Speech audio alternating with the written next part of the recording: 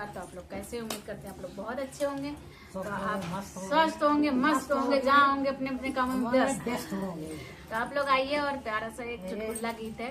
चुटकुला क्या गीत है, वो दर्द भरा थोड़ा बेटी का है गीत, अच्छा लगता है। और आइए सुनिए, नाच गीत है, हम लोग को तो बहुत अच्छा लगता है। आप लोग को कैसा लगा कमेंट में जरूर बताना। बिना नैना कजरवा ना सोहै राम, बिना नैना कजरवा ना सोहै राम। अरे ना सोहै राम, अरे ना सोहै राम, बिना नैना कजरवा ना सोहै राम, बिना नैना कजरवा ना सोहै राम, बिना नैना कजरवा ना सोहै राम। हमरे नैहर में सब कोई भरे हैं, हमरे नैहर सब कोई भरे हैं।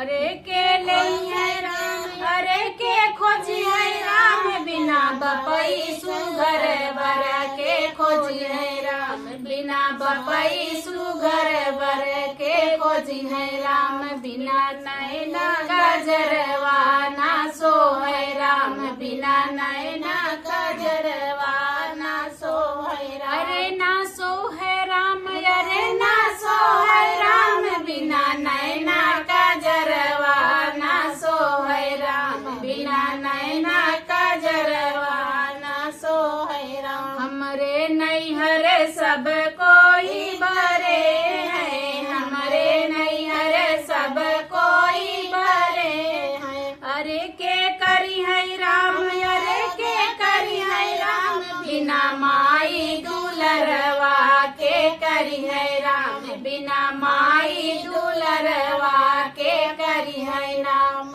बिना नैना कजरवा के सोहै राम, बिना नैना कजरवा ना सोहै राम। अरे ना सोहै राम, अरे ना सोहै राम, बिना नैना कजरवा ना सोहै राम, बिना नैना कजरवा ना सोहै राम।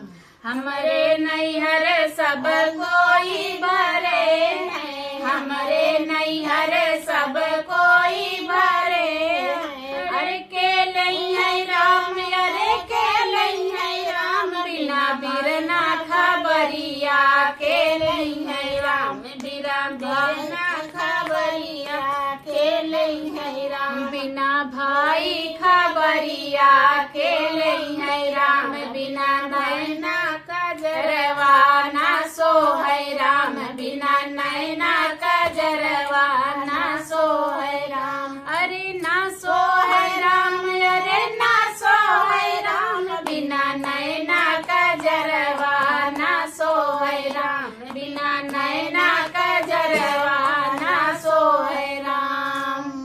तो बहुत बहुत धन्यवाद सभी का।